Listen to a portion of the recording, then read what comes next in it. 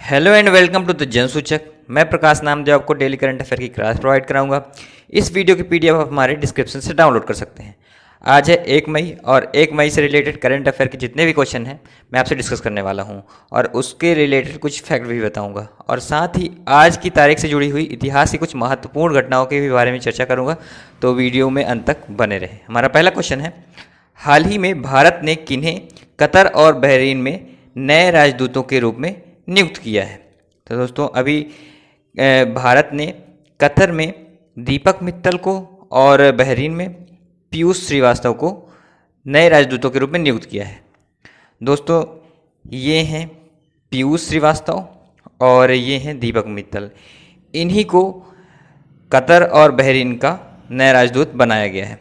दोस्तों दीपक मित्तल 1992 बैच के IFS officer थे और ये पी कुमारन का स्थान लेंगे और वर्तमान में ये विदेश मंत्रालय के संयुक्त सचिव के रूप में कार्य कर रहे हैं। और पीयूष श्रीवास्तव क्या हैं? तो पीयूष श्रीवास्तव 1986 बैच के आईएफएस ऑफिसर हैं और ये आलोक कुमार सिन्हा का स्थान लेंगे। तो इतनी चीज़ आप इनके बारे में याद रखेंगे। दोस्तों कतर और बहरीन के बारे में बात आई है तो कतर की राजधानी क्या है? तो कतर की कैपिटल दोहा है। इसकी जो करेंसी है वो कतरी रियाल है। इसके पीएम शेख खालिद बिन खलीफा बिन अब्दुल अजीज अल थानी हैं। कौन? शेख खालिद बिन खलीफा बिन अब्दुल अजीज अल थानी हैं। तो ये आप याद रखेंगे। और बहरीन के बारे में जानते हैं। बहरीन की कैपिटल मनामा है और इसकी करेंसी दिनार है। इसके जो राजा हैं उनका नाम हसन बिन ईसा अल खलीफा है। कौन? हसन बिन ईसा अल खलीफा।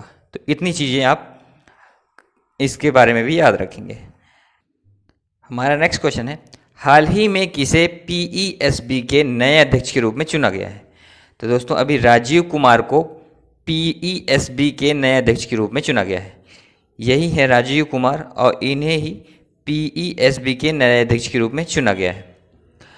ये झारखंड कैडर के 1984 बैच के आईएएस ऑफिसर थे और ये कपिल देव त्रिपाठी जी का स्थान लेंगे, जिन्होंने हाल ही में राष्ट्रपति रामनाथ कोविंद के सचिव के रूप में पदभार ग्रहण किया है। दोस्तों ये पीईएसबी क्या है? तो पीईएसबी के बारे में जानते हैं। पीईएसबी आप यहाँ पे सुधार लेंगे, पीईएसबी है। तो इसका पूरा नाम पब्लिक इंटरप्राइजेस सिलेक्शन बोर्ड है या इसको हिंदी में लोक उद्यम चयन बोर्ड भी कह सकते हैं। यह बोर्ड सार्वजनिक क्षेत्रों के उद्यमों में सर्वोच्च पदों की नियुक्ति के लिए सरकार को परामर्श देता है।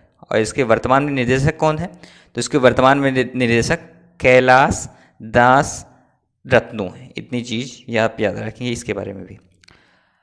नेक्स्ट क्वेश्चन है, हाल ही में यूएस क्रिकेट टीम के मुख्य कोच के रूप में किसे नियुक्त किया गया है?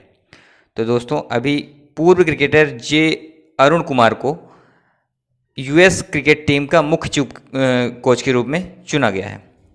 यही हैं जे अरुण कुमार और इन्हीं को ही यूएस क्रिकेट टीम का मुख्य कोच चुना गया है।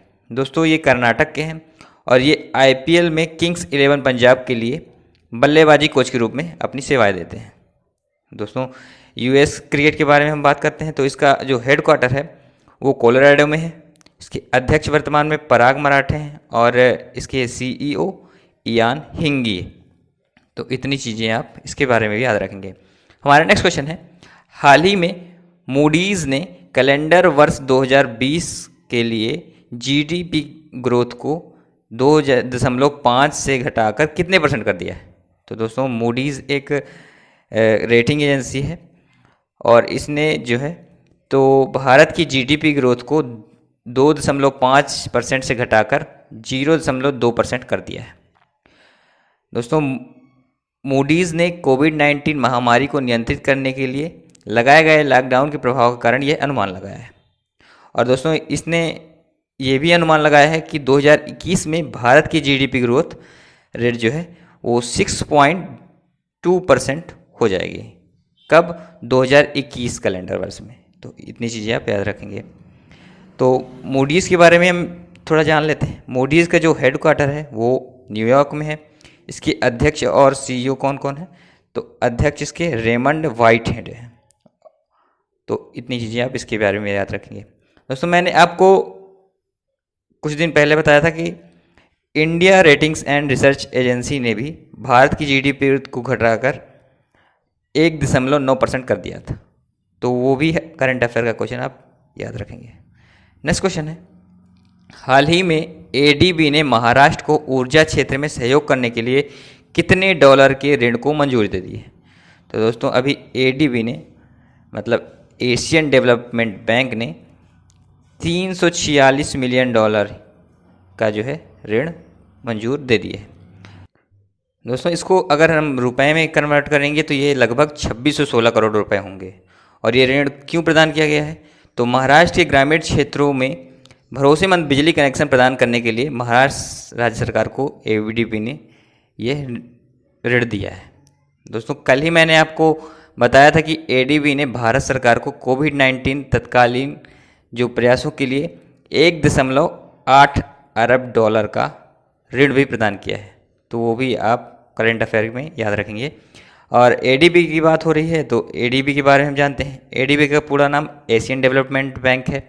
इसकी स्थापना 1966 में हुई थी और इसका हेडक्वार्टर मनीला फिलीपींस में है और वर्तमान में इसके 67 सदस्य देश हैं। तो ये भी चीज़ें आप याद रखेंगे। हमारा नेक्स्ट क्वेश्चन है, संयुक्त राष्ट्र में भारत का अगला दूत अथवा स्थायी प्रतिनिधि के रूप में किसे नियुक्त किया गया है?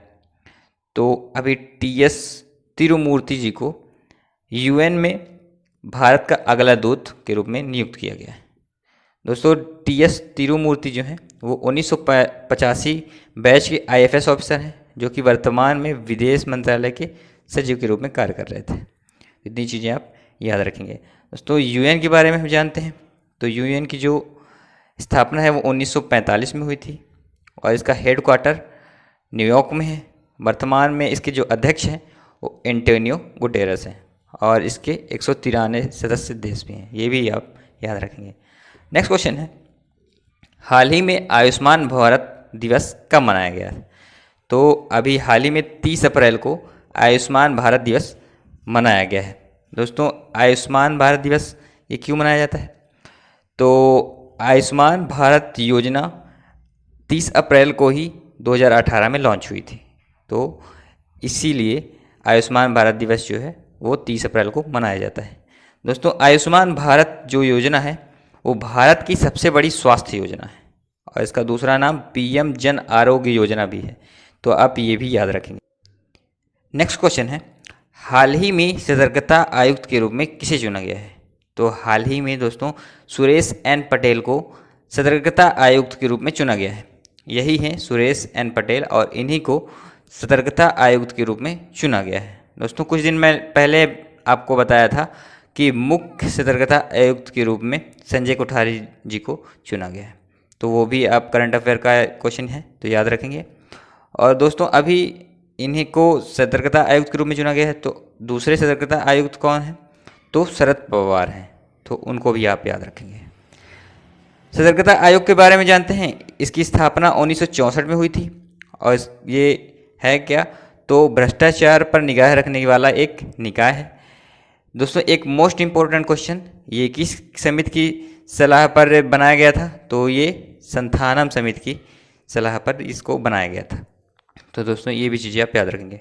नेक्स्ट क्वेश्चन है, इम्यूनिटी सिस्टम को बढ़ाने के लिए मध्य प्रदेश सरकार ने कौन सी योजना शुरू की है?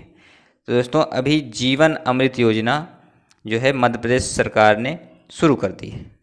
तो इस योजना के तहत आयुष विभाग द्वारा तैयार किए गए एक त्रिकूट चूर्ण को कोविड-19 से सबसे ज़्यादा प्रभावित इलाकों में मुफ्त बांटे जाएंगे। दोस्तों इसमें दो चीज़ें आई हैं, आयुष और त्रिकूट। तो इनके बारे में जानते हैं।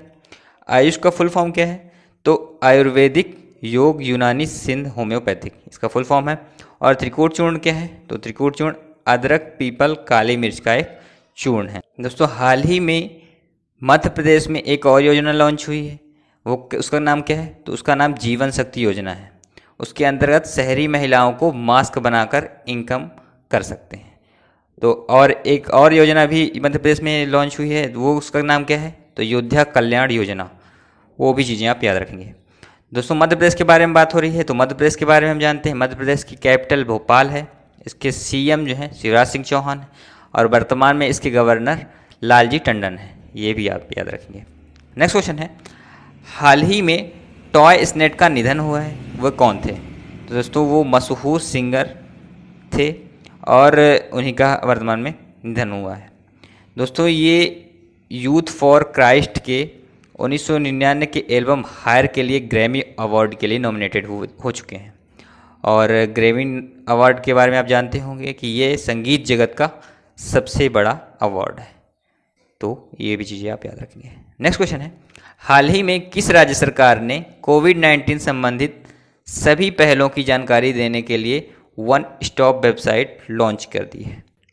दोस्तों दिल्ली गवर्नमेंट ने अभी वन स्टॉप वेबसाइट लॉन्च कर दी है। इस वेबसाइट का नाम क्या है?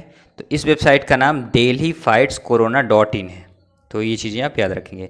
दोस्तों दिल्ली ने अभी 5T प्लान भी लॉन्च किया है, उसमें आपको 5 टी का फुल फॉर्म याद रखना है।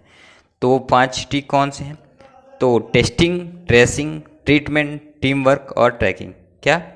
Testing, tracing, treatment, team work और ट्रैकिंग है। तो ये भी आप याद रखेंगे। दोस्तों अभी दिल्ली में ही ऑपरेशन शील्ड लॉन्च हुई है, तो उसके भी बारे में आप याद रखेंगे। शील्ड का फुल फॉर्म याद रखेंगे आप। तो शील्ड में एस का full form sealing of area, H का full form home quarantine, I का full form isolation of infected patient है और ई का फुल फॉर्म इसेंशियल रिजर्विंग है, एल का फुल फॉर्म लोकल सैनिटाइजेशन है और डी का full form door to door survey है। तो इसके बारे में भी आप याद रखेंगे। दोस्तों हम दिल्ली के बारे में बात आई है, तो दिल्ली हमारे देश की राजधानी कब बनी? तो दोस्तों दिल्ली जो है 1911 में हमारे देश की राजधानी बन गई थी। पहले हमारी राजधानी कौन थी? तो पहले कोलकाता थी हमारी राजधानी। और नई दिल्ली कब बना? तो नई दिल्ली 1927 में बना। और नई दिल्ली राजधानी कब बना?